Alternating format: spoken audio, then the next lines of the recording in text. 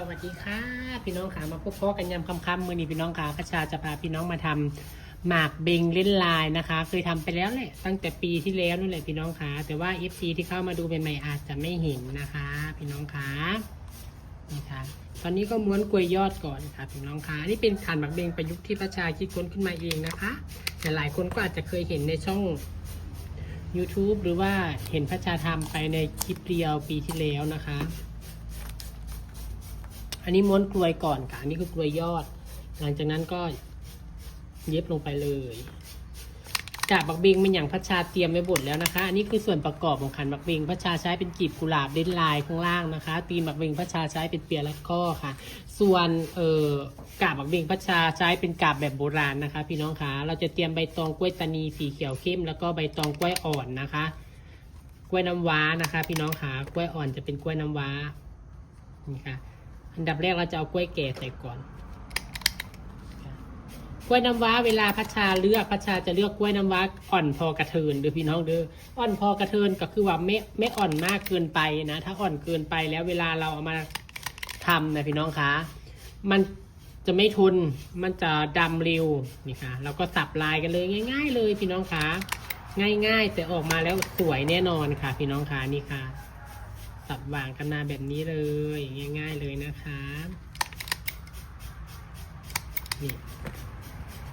เขียวอ่อนเขียวเข้มเขียวอ่อนเขียวเข้มแบบง่ายๆเลยนะคะส่วนใครสนใจสแตปเปอร์ปากกว้างนะคะนี่คือสแตปเปอร์ปากกว้างเบอร์10ใช้ดีใช้ทนพัชชาใช้มา3ปีแล้วดูสภาพพี่น้องคะอันนี้จะเป็นรุ่นเก่าไม่มีของแล้วเหมือนกันทุกอย่างค่ะแตกต่างแค่ดีไซน์รุ่นเก่ามันจะเป็นหัวมนรุ่นใหม่มันจะเป็นหัวตัดนะคะขนาดเท่ากันปากกว้างเท่ากันพี่น้องคะผลิตจากที่เดียวกันอันเดียวกันแต่มันไม่มีผลิตแล้วหัวมนมันมีแต่หัวเหลี่ยม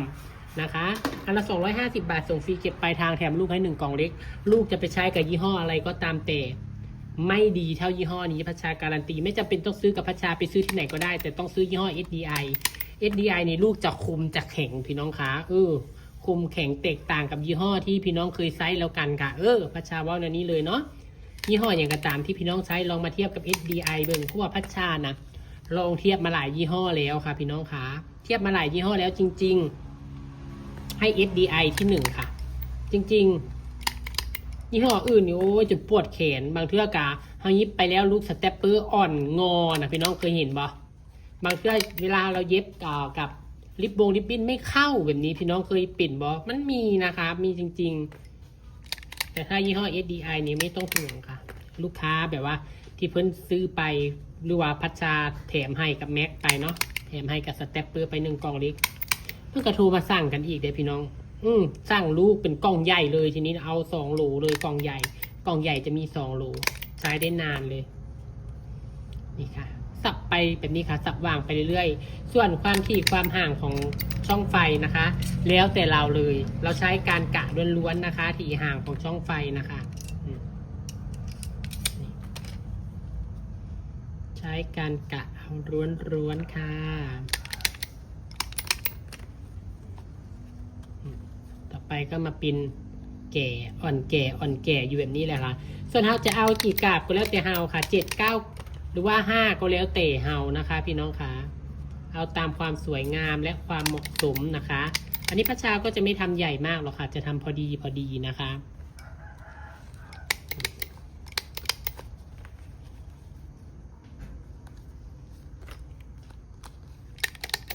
ส่วนการทำกลีบกุหลาบนี่พัชชาทำคลิปสั้นลงไปให้แล้วนะคะกลีบกุหลาบทำยังไงเปียรัดข้อให้ละเอียดทำแบบไหนพัชชาลงคลิปสั้นให้แล้วนะคะพี่น้องขาไปดูในคลิปสั้นได้เลยเด้อ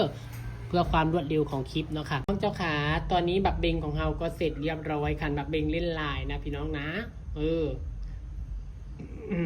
อันนี้จะเป็น7 กาบ2 4 6 7 กาบนะคะเป็นการบักเบงพัชชานัดรวมเลยทั้งใบตองกล้วยอ่อนและกล้วยแก่นะคะพี่น้องคะพอเราใส่กลีบกุหลาบเข้าไปมันก็จะมีความสวยที่แตกต่างขึ้นมาและไม่เหมือนใครและเปียรัดข้อพัชชาตั้งใจทำเปียรัดข้อใหญ่นะคะเพื่อจะให้ด้านล่างอวบอ้วนนะคะพี่น้องคะนี่ค่ะเอาใยแมงมุมบัดมาแต่ใส่แบบนี้ ยอดใยแมงมุมมาติดแบบนี้พี่น้องนี่ค่ะพี่น้องคะสวยไหมคะสีเขียวอ่อนมันตัดกันกับสีเขียวเข้มมันก็เลยดูสวยเนาะพี่น้องเนาะเห็นปะส สวยงามพี่น้องคะ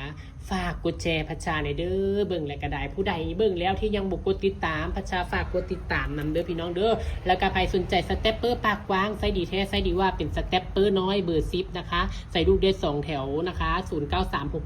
0936934184เบอร์โทรพัชชานะคะ0936934184ค่ะโทรมาได้ค่ะไปแล้วค่ะพบกันคลิปหน้าค่ะสวัสดีค่ะ